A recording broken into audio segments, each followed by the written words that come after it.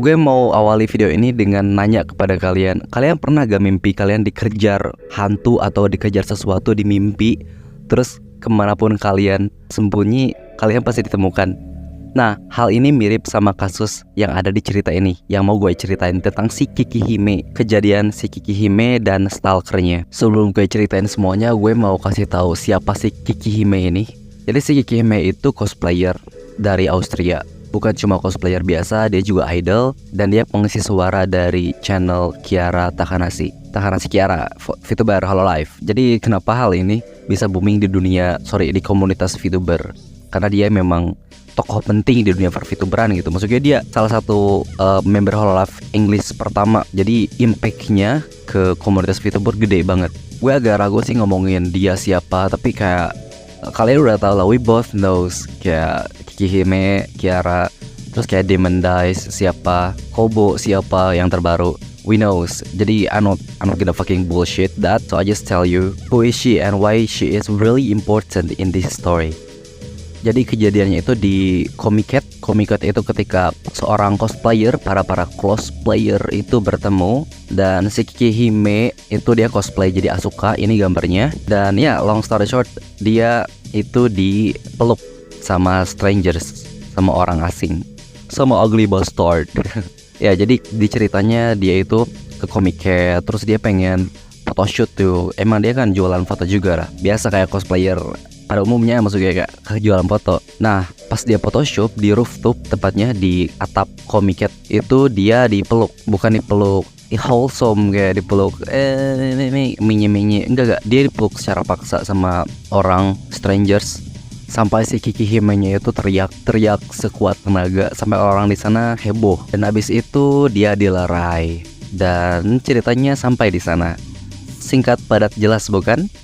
Tapi gara-gara kejadian ini, banyak hal yang sangat dark terungkap tentang siapa si strangers ini, tentang past life-nya si Keekihime dan hubungannya sama si strangers ini. Semuanya jadi kekuak. Dan gue bakal liatin semua ocehan dari si Keekihime di akhir video. Tapi sebelum itu gue mau summarize semuanya di sini, di omongan gue. Jadi dengarkan, jangan dulu pergi guys. Nah, abis dilerai, si ugly bastardnya itu pergi dan gak ketemu lagi. Aneh banget ya ini, sumpah.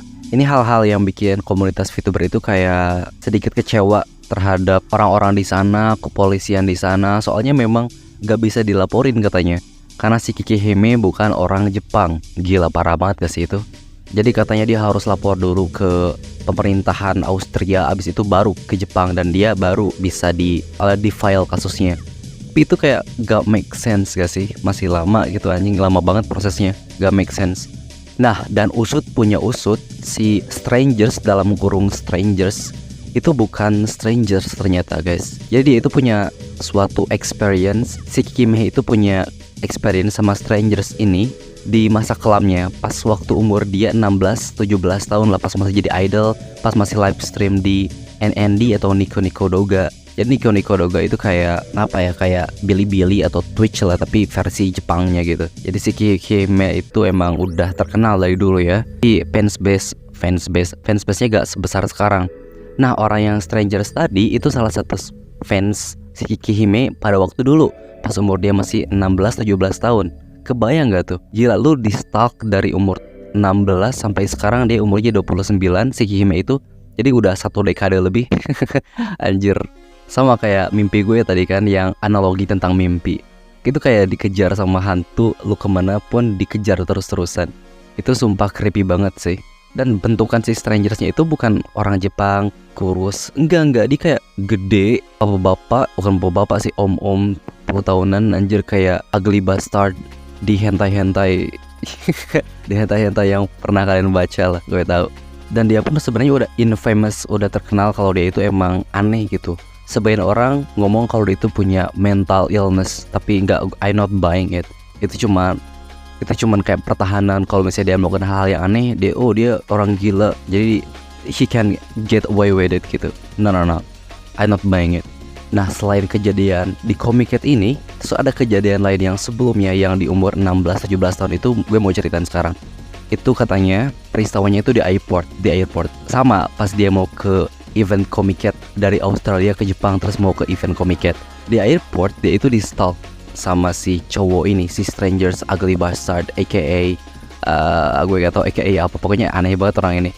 Di stalk sampai kemana-mana pun dia di stalk, diikutin jalannya. Akhirnya si Keekihime itu masuk ke train station atau kereta api dan dia lapor polisi di sana. Pak Pol, itu ada yang ngikutin aku, Pak Pol, tolonglah. Ya kayak bukan kayak gitu sih, bukan kayak gitu sih, tapi kayak kira-kira kayak gitulah. Nah, karena udah lapor polisi, si Pak Pol itu langsung digerebek lah akhirnya, dihampiri si Strangers itu. Dia dimasukin ke suatu ruangan, diinterogasi, dan si Keekihime-nya pun diinterogasi sama, tapi dia di ruangan yang berbeda lah. Anjing, masa disatuin ya, aneh banget. Kan dia takut sama si Strangers-nya, masa disatuin. Nah, diinterogasi terus dia dicari itu datanya, nama aslinya siapa dan lain-lain. Keep in mind ini berapa 10 tahun lebih yang lalu. Abis itu beres lah. Jadi si Keekihime berpikir kalau misalnya masalah itu udah beres gitu, dia gak bakal ngapa-ngapain, soalnya dia udah diinterogasi polisi dan lain-lain. Ini si Strange ini gak diapa-apain sama polisi karena dia cuma nge-stalk doang. Dia gak bawa knife, gak bawa apa sih, knife, pisau atau lain-lainnya yang mengancam nyawa gitu. Dia jadi kayak interogasi doang, dicari datanya, abis itu pulang lah. Dan si Keekihime pun ke Comic Cat ya biasa aja gitu, dan dia gak mikir bakal ada cowok itu lagi. Nah terus kenapa dia, pasti ada pertanyaan kalian kan mikir, ini kenapa si cowoknya bisa kenal sama si Keekihime, dan kenapa hal semua gabagol shit ini terjadi gitu. Karena dia fansnya. Gue kasih tahu, Keekihime adalah song idol, dan setiap idol pasti pernah meet up sama fans lah pas dia masih punya fans base kecil. Dan si Strangers ini itu adalah salah satu dari fans base kecilnya itu. Dan seperti kalian tahu, kalau misalnya lo masih punya fansnya sedikit, lo pasti gimana lah, lo pasti menghargai fansnya, kayak oh thank you. Kalau misalnya fansnya ngomong I love you, lo pasti bilang I love you too. Nah itu salahnya di sana. Jadi si cowok ini gak bisa gak bisa ngebalik. Gue gak ngerti dah, anjing, berali itu udah tua banget, harusnya dia tahu lah ya. Aneh banget orang-orang Jepang sumpah. Kalau misalnya idol ngomong I love you tuh ya dia itu cuman ngehargain lo gitu. Maksudnya dia gak literally I love you, I want to marry you. No. Dia cuma obligasi doang. Ngomong I love you too itu kayak cuman ngehargain doang, nggak literally gitu. Dan gara-gara itu si cowoknya jadi baper. Dia nge-email, dia kirim apapun, pokoknya oh I wanna marry you, you said you love me, I wanna marry you, I love you too, bla bla bla. Pokoknya si orang ini udah diblok emailnya semuanya sama si Keekihime. Dia pun kayak najis banget lah orang ini. Tapi ya orang ini emang creepy ya, bener-bener kekeh. Dia pengen Keekihime. Dia penggemar Keekihime berat, sampai dia stalk kemanapun dia berada. Jujur hal ini sangat creepy banget, soalnya lu bisa bahaya gitu. Soalnya kayak gini, pas dia dipeluk, BTW dipeluk aja ya, dia gak grepe-grepe atau kayak menggomel-gomel sesuatu, enggak. Dia cuma dipeluk doang 10 detik. Terus si Keekihime-nya teriak, dan 10 detik itu lama katanya. Si Keekihime bilang kalau misalnya it feels like eternity ya. Soalnya kalau teriak orang-orang masih nge-assess situation. Jadi si Keekihime itu bilang kenapa orang-orang gak langsung bantu gue gitu, kenapa pas gue peluk orang-orang malah diem gitu. Terus staff dari Comic Cat malah diem gitu ngeliatin. Soalnya gini, gue sedikit membela staffnya. Soalnya atau orang-orang di sekitar sana. Soalnya kalau ada orang yang teriak, kita kan gak bisa langsung respon gitu. Kita harus assess situation dulu.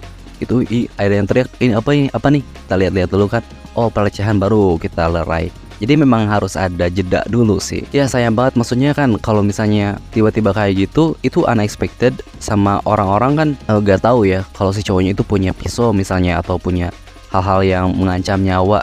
Bisa jadi si Keekihime ditusuk dan lain-lain. Kita kehilangan VTuber yang sangat, oh itu bakal viral banget sebab kalau misalnya ada penusukan dan lain-lain. Tapi untungnya enggak gitu.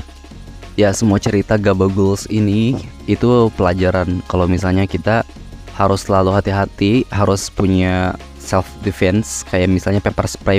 Tapi gimana ya, ini kayak unfortunatable. Kalau misalnya si Keekihime punya pepper spray atau peralatan bela diri, kayaknya gak bakal terhindar juga sama kejadian ini. Jadi harus benar-benar punya security. Kalau misalnya lo memang big enough, lo wajib punya security gitu. Nah itu aja sih ceritanya. Selebihnya gue liatin ocehan-ocehan si Keekihime, rantingan si Keekihime di video ini. Bisa kalian dengar sendiri.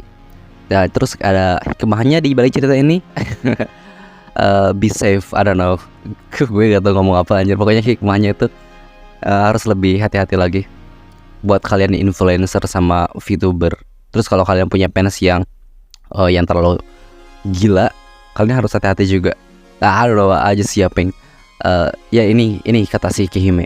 See, and I just retweeted the photos of the incident that paint the picture pretty clearly. So I want to talk about this because first of all, I need to get this out of my chest because I've been holding it and kind of had to take pictures right away afterwards. And then after that, I changed and then met with a friend and then we had dinner and I had to hold it in this whole time. I mean, I talked about it with them too, but I just feel like I have to, this whole time I have to try to control myself to not cry or something. I don't want to be a complete downer after all to everybody. So I just want to let it out. I've been holding it in for hours. I don't think there's a concern with me talking about it because it's not like the police is gonna do about it. They okay, even if they wanted to, because I talked to one police guy who was really nice and really seemed genuinely concerned, but the sad truth is if you don't live here, then it doesn't matter what happens to you. Sadly. Okay, so I'll start from the beginning. So I went to Komike today, and as you may know, I tried going to Komike before 1.5 years ago, I guess, for the winter Komike, and that was going to be the first time in a long time. And who knows, that guy probably was there waiting for me. Too bad I didn't come out to cosplay because I failed, because I forgot my cosplay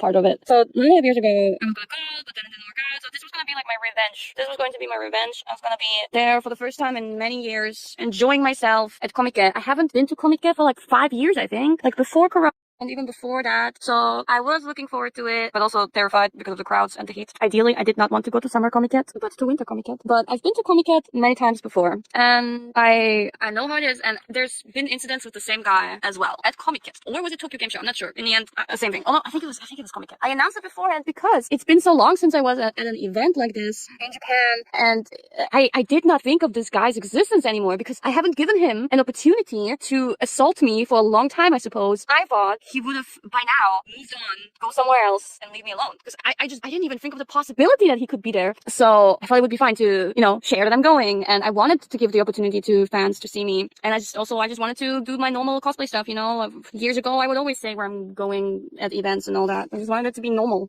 So I announced that I was going. You definitely saw that. And I came in early, and then I did my makeup and my everything. And then I was done pretty early, and I went to the rooftop. The rooftop cosplay area is the most popular cosplay area they have. All the cool people go there, and I wanted to go there too because the other areas that I always used to go to were closed forever. So I went to the rooftop, which is the hottest place, and so I spent 2 hours there, and everything was fine during those first 2 hours. And I went in to take a break to, I said hi to Iori Moe, which was awesome. One of the positive things of the day. I met Iori Moe, and we took a selfie, and then she wanted a selfie too, and she followed me back on Twitter. Okay, yay, let's go. A nice thing. I really like her. She's so cute. So I said hi to her, and just try to cool down from the heat outside, taking a little break. Eventually, I decided to go back in, but there were people hoping to still find me, even people that a camera guy that I knew from many years ago was still trying to find me. So I thought I have to share where I am and where I go, So I shared, okay, I'm going again to the rooftop. Now I will be there for 1.5 hours or so. So I make my way onto the rooftop, and it's really crowded this time, really hard to find a space. So I'm walking around with a few fans or photographers who want a picture. Behind me, we're making our way through the crowd slowly. I finally find a space that looks good. And it's kind of it's this big open area generally, but it's full with people, and there's fencing things off. And you're only allowed to take photos as a cosplayer in designated areas within these fenced off areas so that people can still walk in between, right? So I found a good spot that was the corner of a fenced area. Pretty easy to see me because I would be right where people walk by. And you can see this in the picture. You can see this in the picture that I retweeted most recently a few minutes ago, in case you haven't seen yet. In the first picture. So this is the moment. I arrived with the people that have found me and followed me to take a picture. Some just I picked up on the way, kind of, I guess, without knowing. I put my things down in this corner that I found. I put my suitcase there and put it in position with my name sign and everything. And I'm okay, let's get started. And I have my line in front of me. And the first guy stands there and he's getting ready to take a picture. We're literally just starting, and there's 20 people in the line, right? We're literally just starting. And these people have been waiting for me and looking for me all over this event where hundreds of thousands of people are looking for me. No, not looking for me. Hundreds of thousands of people are going to the event, and there's people looking for me, so it's hard to find me. So I want to give them the opportunity to find me, right? That's why I'm doing this. So the first guy, we're literally just getting started. He takes one picture, and that one picture is the very moment where from behind me, diagonally behind me, someone jumps over the fence. And I kind of it was diagonally behind me. I think I low-key partially looked behind me, maybe? I don't remember so well, but I feel I was aware that someone was jumping over the fence. Maybe I saw the leg or so in the corner of my eye. But I thought, in that moment, I thought it was maybe somebody, you're not supposed to do this, you're not supposed to jump over the fence, but maybe somebody really felt like they had to make a shortcut for some reason or pass by So I didn't. That's why I thought, oh, this is normal in a way, so I won't look back. And then it happened so fast. He's much taller than me. I'm 1 meter 60 centimeters, and I don't know his exact height, but he's pretty tall. Like, he stands out in a crowd of Japanese people. He's Japanese, but he's very tall and a little bit on the wider side, but not too crazy. Not very muscular at all, but you know, the size of him is big, much bigger than me. Like 2 heads bigger maybe than me. So kind of intimidating in size, but his face looks like a piece of coward. So his face is like not intimidating.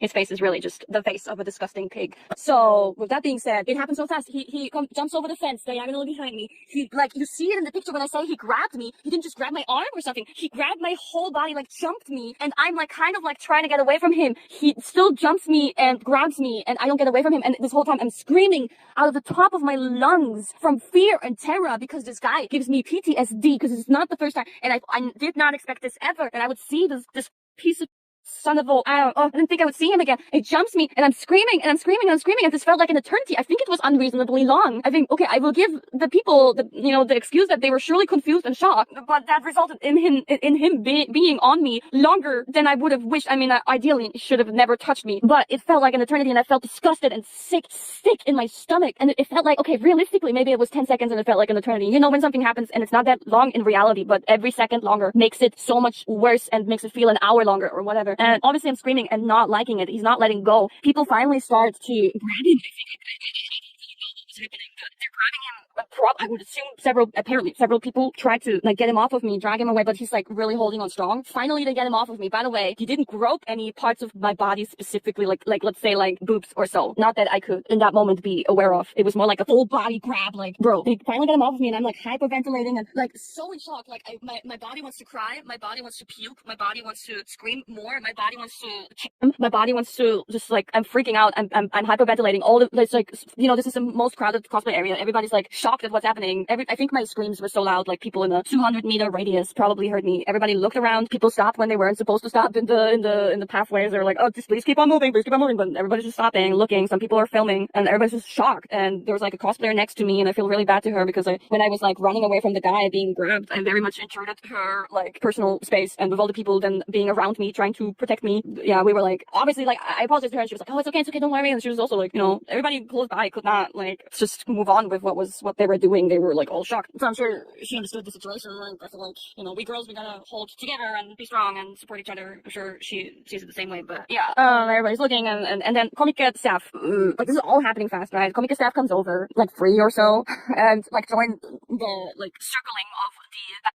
This is also, I think, visible in the pictures that I retweeted. And then this just happened hours ago, and I can't like even remember every single proper order of things and things that were said, but he was like, you know, this guy is mentally ill. And let's say there's several levels of mentally ill people and what they will be capable of doing. This guy is, yeah, concerningly mentally ill to a level where I would say there could have been a version of the story where he had a knife and stabbed me. I find this very realistic, and that should tell you on what level of mentally ill this guy is. He's just, I guess he was still delusional enough to think that I love him, even though I have never said such a thing, and often, many times already, rejected him, blocked him, reported him to the police. Would I do that if I love you? Would I run away from you several times? Would I dodge your kiss? Would I report you to the Narita airport police many years ago when you were following me upon my arrival and not stopping to follow me? So I had to go to the police and report him back then, and they talked to him. Would I do that if I love you and wanted to marry you? Okay, king delusional, mentally ill guy. So, okay, let me finish the situation story, then I give you more of a background that this guy has with me. So people are like, who is this? And I'm like, it's my stalker. I say that in Japanese. It's my stalker, and I don't even want to say that, because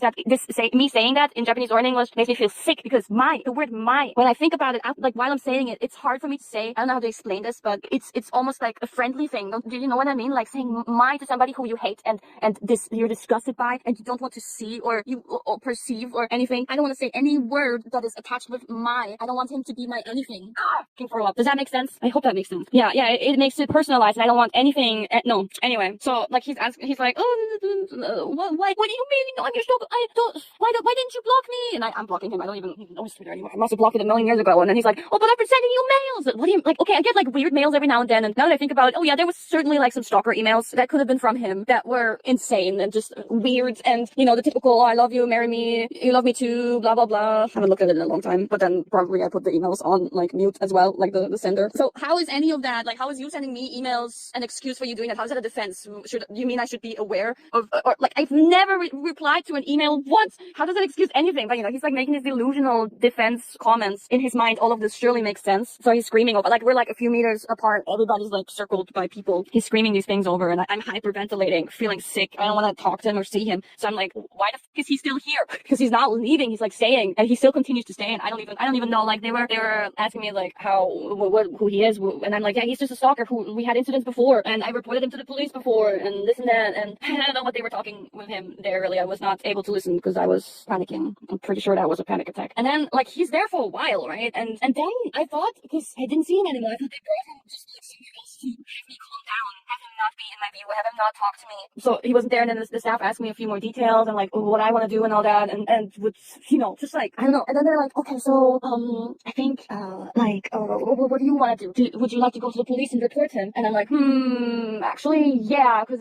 he can't get away with that. And then like they're like, oh, but you would have to leave the komike. Like they're not gonna come to me. I guess I have to go to them. Is there no police officers at all in this venue? But yeah, they say I have to leave. And I was thinking like, damn, but I have these people here who look for me, waiting for me, and we were just getting started. So I felt bad, like throughout all of this and this extreme heat that we're all suffering through. I don't want to disappoint the fans, right? And the people who are not fans, but just photographers either. So I'm thinking for a moment, but I still come to the conclusion that I should do it. So I'm like, yeah, I guess let's go. And then the staff is like, well, actually, I guess you can't because he's gone. I'm like, what do you mean he's gone? And he's like, oh, yeah, they lost him. I'm like, so I can't go to the police because he's not there anymore. We don't know where he is, right? And they're like, yeah, I guess so. I'm like, oh, okay, well, that's great. I guess he just left the venue. I don't know where he went. I guess he left the venue. But the thing is now I can't. Well, later I talked to a police officer who, if anything, was really nice and supportive and wanted to help me, but told me that the police here will not be able to help me because I don't live here. And I mean, yeah, I've heard this stuff before, so that's just how it is here. If I don't live here, even if he's Japanese and just did a crime of assault, I guess he gets away with it unless he hits me or something. The police officer was like, yeah, what you can do is, by the way, this was later, like after I changed and everything, I talked to the police officer. He said I should, like, the only thing that really makes sense for me now is going to the embassy and report to them what happened, which doesn't mean at all that they would go to the police for me. They probably won't unless something happens again. But he said that if something happens again, I can then go to the police and say, hey, I previously went to the embassy about this. The embassy will support me on this. So now you have to deal with this issue. Now you have to. But probably now nothing would be done. This would be more like for the future. So that's very unfortunate because I mean, this is, even if I were to go to the police, I don't know if I could do anything because, I don't have his real name or address. Obviously, like, why would I have that? He's the stalker, not me. But what I have is previous incidents. And now, like, a lot of people who saw the incident who can provide testaments in theory regarding previous incidents. So you may be curious, this guy. Well, I used to stream on a website called Nico Doga, and I was pretty young back then, and I lived in Japan for a while. And during that time, even when I didn't live there, but just visited very often, I did like fan meetups that were really small. They were like, including me and my friend, we were like maybe 10 people, like really small meetup. And all of these people were like viewers from my Nico live streams back then. And I was like 16, 17, 16, 17? It may have really been that long ago. And I think I remember this guy came to one of these, I think this is where it started. He came to one of these fan meetups and he was, back then I think he was still normal and nice. And so to these few fans, back then I only had a handful of fans. I cherished every single fan that would go that far to see me at anywhere really. So I was really nice to everybody. But like, I didn't say to anybody that I love them, I'm gonna marry them or date them or anything. But I was just nice in like normal fan interactions. And I think he was there, and what might have happened is when he was being treated nicely by me, I guess that was enough to trigger something in him, his mental illness and stalker tendencies, I guess, because after that, I think is when everything wasn't normal anymore. He then started to stalk me and like sending me like all these love messages that are really uncalled for, make no sense because I did not lead him on or anything. He's disgusting, like you. He's just a fan, but yeah, he wants to marry me, he loves me, I love him too, he says. Oh, he knows it, and yeah, keeps on asking me to meet him, that he needs to tell me something, blah blah blah. And then I don't know what happened, which incident happened first, if it was the airport one or the previous komike one, but both of these are many years ago. The airport one is, I was still very young, I was probably before I turned 20. I arrived in Japan at the airport. There were like 2 normal fans there waiting for me, and 1 not so normal fan, this guy. The 2 normal fans, they just like said hi and then they left. And this guy, the stalker guy, he follows me. I walk away from him. I ignore him, I don't say anything to him. I walk away from him as fast as I can with my suitcases. He follows me.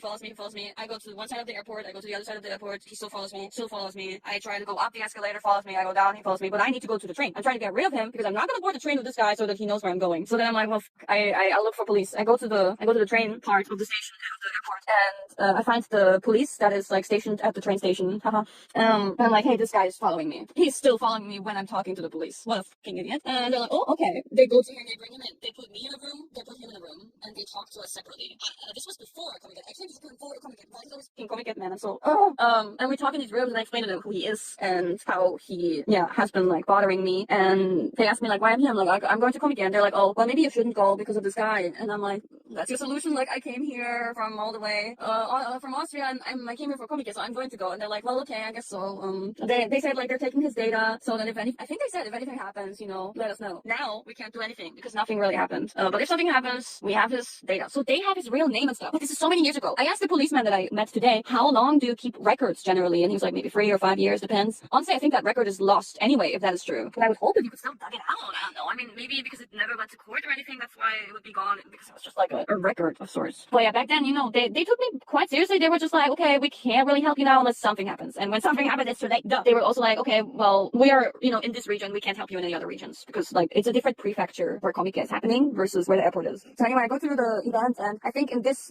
time everything was fine. Probably because he was already spooked because of talking to the police, being interrogated a little bit there. And then the funny thing, the cool thing is, and I back then many years ago, I wrote about this on Twitter too. Like this is all recorded. You could find all the exact dates if you dig deep. Although it might have been on my previous Twitter account. But the police showed up. The local police showed up at some point halfway through the day. Apparently they've been looking for me for the whole day, looking for all these cosplayers because I didn't even reveal to what cosplay area I'm going or what cosplay I'm wearing. So they were just looking for any girl called Keekihime in between these thousands and thousands of hundreds and thousands of people. So I really applaud them and appreciate that. They didn't have to because as the guy at the airport said, they can't. They even said they can't like communicate that to them for some reason. Just because they're different branches, I guess they can't communicate that to them. But they end up communicating it because I think at the time there were other news with like foreigners in Japan being abducted or something, and that was pretty bad news at the time. So they probably didn't want any more bad news like that. So that's why the staff, even though nobody's paying them to I'm not paying them to bodyguard me, but they ended up bodyguarding me for the rest of the day. There's just like 2 policemen standing around while I'm taking photos. Thankfully, nothing happened on that day anymore. But then I guess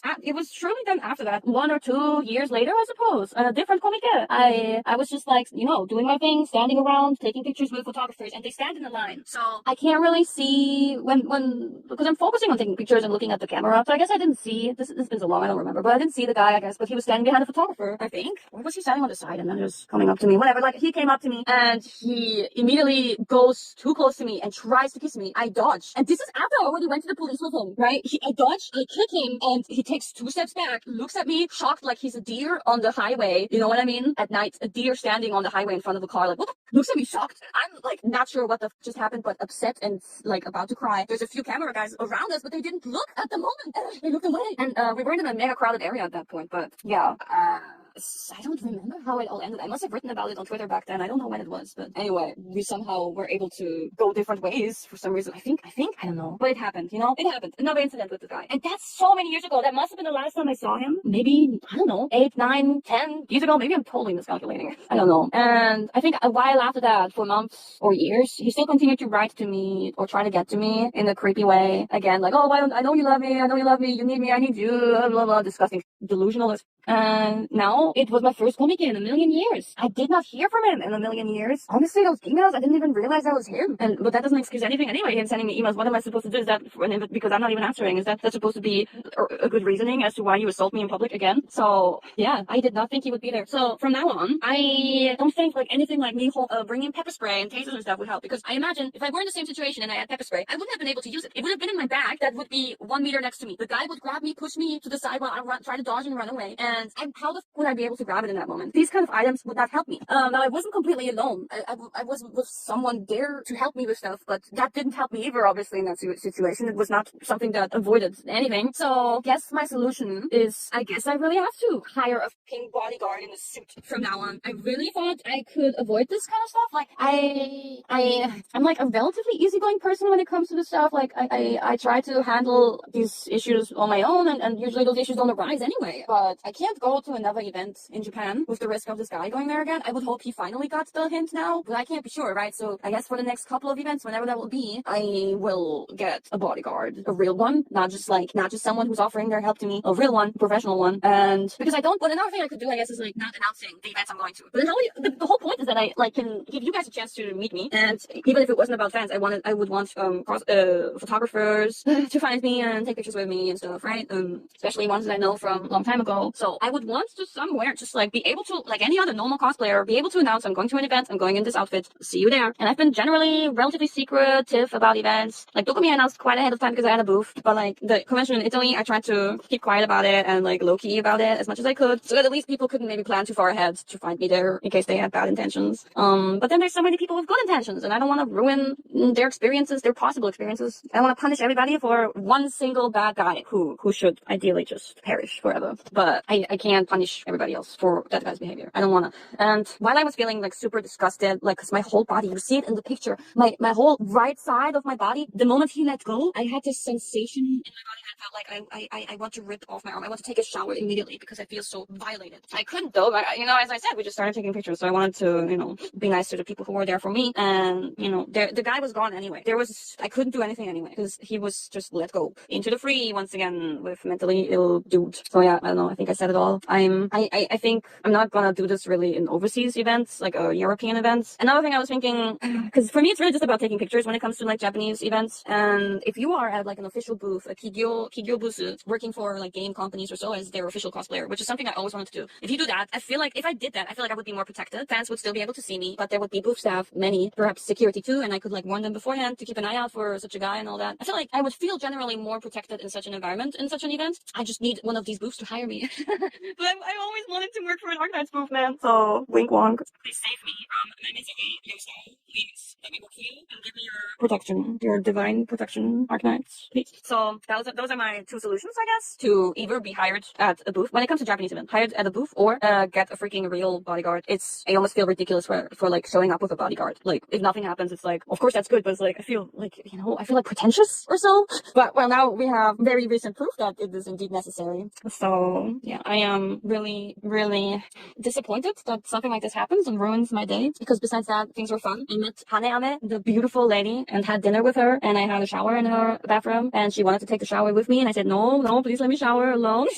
She wanted to go to onsen with me. I was like, no, this is the first time we ever meet. I don't feel comfortable in onsens in general. How could I feel comfortable next to such a perfectly shaped, gorgeous lady? So I turned down the nice offers from Haneame, but she's gorgeous and she was really sweet, and we had dinner and she treated me for really, really, really good food. And it was definitely a nice distraction from the insanity. I feel sorry for screaming out of the top of my lungs. I think people must have heard me from so far and be like, what the f is going on over there? I'm sorry. In hindsight, I'm so embarrassed for making such a scene, but it was definitely a scene by nature. I can't believe it happened. I'm not even like, did it actually happen? Am I back to that other incident many, many years ago? Did this really happen? I can't really fathom it. Yeah. I had a good shower though, so I feel better after washing that disgusting feeling off of me. I'm okay.